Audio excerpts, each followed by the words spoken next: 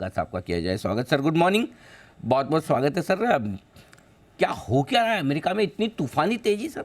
एक दिन थोड़ा सा रुके और फिर से वापस बिना किसी खास वजह के बढ़ चले। क्या बहुत ज़बरदस्त मोमेंटम है? क्या है अंदर की खबर, बताएं सर थोड़ी। एक तो फैक्टर्स बहुत स्ट्रांग है अनिल जी। S&P 500 के 500 में से 254 कंपनियों के नतीजे आ चुके हैं। उसमें लगभग 74% कंपनियों ने नतीजे जो दिए हैं वो अनुमान से बेहतर हैं। नॉर्मली एक तिमाही में अगर आप 1994 से डेटा देखें अभी तक, एक तिमाही में लगभग 60 से 65% कंपनियां ओवर अचीव करती हैं, तो अनुमान से ज्यादा, अनुमान से बेहतर नंबर देते हैं।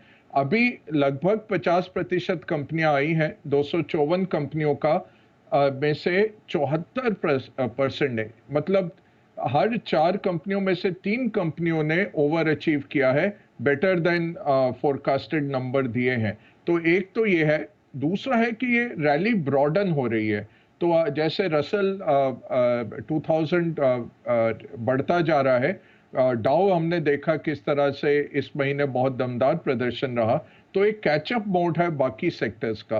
तीसरा, जो इन्फ्लेशन के, जो फेड की इन्फ्लेशन देखते हैं, पीसीई, जो हमने बातचीत भी की थी पिछले थर्सडे को, फेड की बैठक के बाद के फ्राइडे को पीसीई नंबर आएगा, वो बहुत इंपॉर्टेंट रहेगा। वो महीने दर महीने 0.1% ही बढ़ा। मतलब अगर आप 0.1 को 12 से मल्टीप्लाई करें, एनुअलाइज 1.2 होता है। ईयर ऑन ईयर वो 3% पे आ गया। और उसमें जो कोर पीसीई होता है, जो फेड बहुत केयरफुली देखता है, वो 4.1 पे आ गया। तो निष्कर्ष ये है कि इन्फ्लेशन कम हो रही है, थोड़ा सॉफ्टनेस आ रहा है कंज्यूमर में भी। इसके चलते फेड को यहाँ से रेट बढ़ाने के लिए इतना मुस्तैदी नहीं होनी चाहिए। नील काश्करी, जो मिनियापोलिस फेड के प्रेसिडेंट हैं और बहुत हॉकिश रहते हैं नॉर्मली, और नील ने भी कहा फ्राइडे को कि देखिए, इन्फ्लेशन काबू में आ रहा है, यहाँ पे हमें लगता नहीं कि रिसेशन होगा, सॉफ्ट लैंडिंग से हम काबू में कर लेने चाहिए।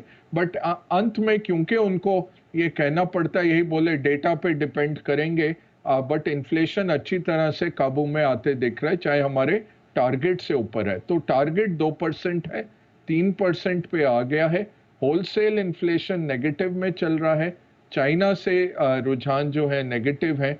ये सब देखते हुए मार्केट यही जी एस्टिमेट कर रहा है, वन जी। ऑन डन हो गया है।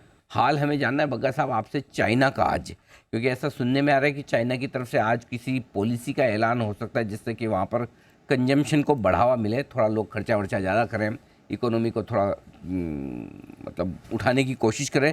क्या कुछ हो सकता है सर, और क्या कुछ फ़र्क दुनिया भर में पड़ सकता है, ज़रा समझाएं। एक तो बहुत फर्क पड़ेगा अनिल जी, क्योंकि दुनिया की सबसे बड़ी, सेकंड बड़ी इकोनॉमी है, दूसरा फैक्ट्री है दुनिया की। तो अगर चाइना में फैक्ट्रियां फिर से बुलंदी से चलती हैं, तो आपके कमोडिटीज ऊपर जाएंगे। मेटल्स में जो आप रैली देख रहे हैं, वो भी इसी एंटिसिपेशन में है कि चाइना का कुछ ना कुछ स्टिमुलस आएगा। पिछले हफ्ते उनका जो कम्युनिस्ट पार्टी का पॉलिट ब्यूरो था, उसकी भी बैठक हुई। उन्होंने छोटी सेक्टर्स में, जैसे हाउस होल्ड गुड्स हैं, प्लास्टिक के चीजें हैं, इस तरह की चीजों के लिए एक स्टिमुलस जारी किया। बट इस बारी क्या हो रहा है, प्रॉब्लम यह है कि जैसे 2007-8 में बहुत बड़ा एक स्टिमुलस लेके आए थे, या 2015 में जब चाइनीज थोड़ा मेल्ट डाउन हो रहा था, एक बड़ा स्टिमुलस लेके आए। इस बारी ज्यादा ये कड़ी निंदा के तरफ है कि हम देख रहे हैं ताकतों को, बट ऑन द ग्राउंड ज्यादा इन्होंने नहीं किया। तो उनका जो प्रॉपर्टी सेक्टर है उसमें प्रॉब्लम है, जो नौजवान है उनकी अनएम्प्लॉयमेंट में बहुत बड़ी प्रॉब्लम है, नई नौकरियां नहीं आ रही, और इसके चलते कंजम्पशन ठप है, कंजम्पशन नीचे आ गई है। आज सवेरे अनिल जी, जब आप एडिटर्स टेक दे रहे थे, आपने फ्लैश भी किया था पीएमआई नंबर्स चाइना का, तो 5वें महीने लगातार उसका मैन्युफैक्चरिंग 50 से कम है। तो 50 से नीचे नंबर होता है मतलब कॉन्ट्रैक्शन, मतलब इकोनॉमी थोड़ा सीमित हो रही है। 50 के ऊपर एक्सपेंशन है, और जो सर्विसेज में एक्सपेंशन था वो भी ढीला हो रहा है, वो 51 की तरफ आया। और उसका जो एक्सपोर्ट था वो 12% गिर के आया, जून का जो एक्सपोर्ट आंकड़ा आया था। तो तो चाइना में मंदी है, थोड़ी मंदी ये है कि जहां 5% ग्रो करना चाहिए वहां पे थोड़ा नीचे चल रहे हैं। सेकंड क्वार्टर का नंबर अच्छा था, 6.3 था, बट वो था जब शंघाई वगैरह पिछले साल इस टाइम पे सारे लॉकडाउन में थे, तो वो ईयर ऑन ईयर एक बेस इफेक्ट से था। आज 3 बजे ऐलान करने वाले हैं कुछ कंजम्पशन को चलते हुए, तो कंजम्पशन में शायद राहत देंगे, हो सकता है कारों पे कुछ राहत दे, घरों के लिए बहुत इंपॉर्टेंट है, मॉर्गेज वगैरह में कुछ अगर राहत दे, तो ये सब बात है। 3 बजे चाइना टाइम है, तो हमारे से तो आगे हैं वो, तो हमारा लेट हो जाएगा, उससे 2.5 घंटे का फर्क है, तो चाइना 3 बजे का तो हमारा 12:30 तक होगा यहाँ पे। बट ये ग्लोबल मार्केट्स एंटिसिपेशन में थोड़ा मूव कर गए, और जो जो चाइना को सप्लाई करते हैं कंट्रीज, बोथ कमोडिटीज और इंटरमीडिएट गुड्स, वहां भी हमने देखा मार्केट्स गए। एक चीज है, गोल्डन ड्रैगन इंडेक्स है चाइनीज कंपनीज का, जो टेक्नोलॉजी कंपनीज अमेरिका में लिस्टेड है, वो अनिल जी फ्राइडे को 7% बढ़ा था। ये खबर जब आ रही थी कि चाइना के और ऐलान आने वाले हैं, 7% वो गोल्डन ड्रैगन इंडेक्स बढ़ गया था। हिंदुस्तान के और दुनिया भर के मौसम और बाजार का मिजाज बताने वाले हमारे बग्गा साहब, सर मौसम की भविष्यवाणी करिए। नहीं, बंसल जी ने ठीक कहा, बट देखिए वो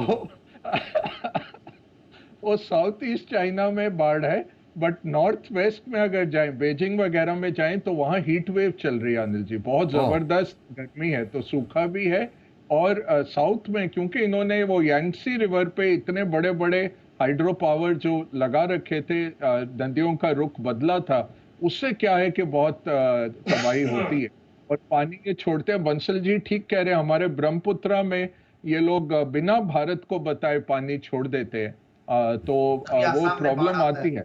बिल्कुल ठीक बात। नॉर्थ ईस्ट में हमारे आ जाता है पानी, वो ब्रह्मपुत्रा जिसको सैंगपो बोलते हैं ये चाइना में, तो वहां पे इन्होंने बहुत बड़े बड़े बांध लगाए हुए हैं, और वहां पे ये पानी छोड़ते हैं। भारत हर वक्त ओके, कंप्लेंट करते हैं कि आप पानी छोड़ने वाले हैं तो बताइए तो जी, सही, ताकि नीचे जो भी हम कर सके। जी अनिल परफेक्ट। जी। बग्गा साहब से हमें एक राय और लेनी है। बग्गा साहब, हमारा हमारा ब्लड प्रेशर बढ़ रहा है सर। धीरे धीरे। अरे क्यों? हाँ, वो नीचे वाला जो 70 पे था ना, मेरा ब्लड प्रेशर 70-72 के आसपास चलता था नीचे का, जो हाई और लो बीपी दोनों होती है ना सर, वो रेंज वाली, वो 84 पे आ गया सर। क्या अच्छा। क्या आगे कैसे, मतलब क्या आपका क्या अनुमान, क्या आगे कैसा रहेगा? और मेरा ब्लड वो प्रेशर तो सर, लोअर वाला जो ब्लड प्रेशर है ना, वो क्रूड के कीमत के साथ चलता रहता है। क्रूड 70-72 आया तो मेरा भी वहाँ आ जाता है। ये 84 पहुँच गया क्रूड, तो अभी आगे का या तो मेरा ब्लड प्रेशर का एनालिसिस कर दीजिए या क्रूड का कर दीजिए सर।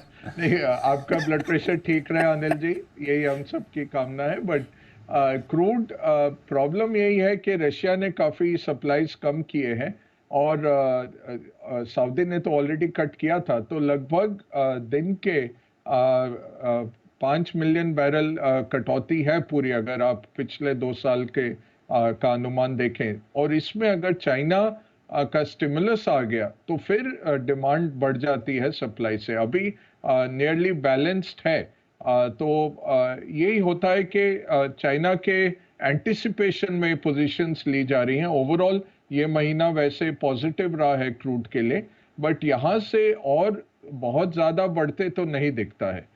ऐसा नहीं है कि चाइना एकदम से बहुत स्ट्रांगली आ जाएगा। ये स्टिमुलस इनका बहुत ऑन द कंजम्पशन साइड रहेगा, रादर इंफ्रास्ट्रक्चर या खपत की ओर नहीं होगा।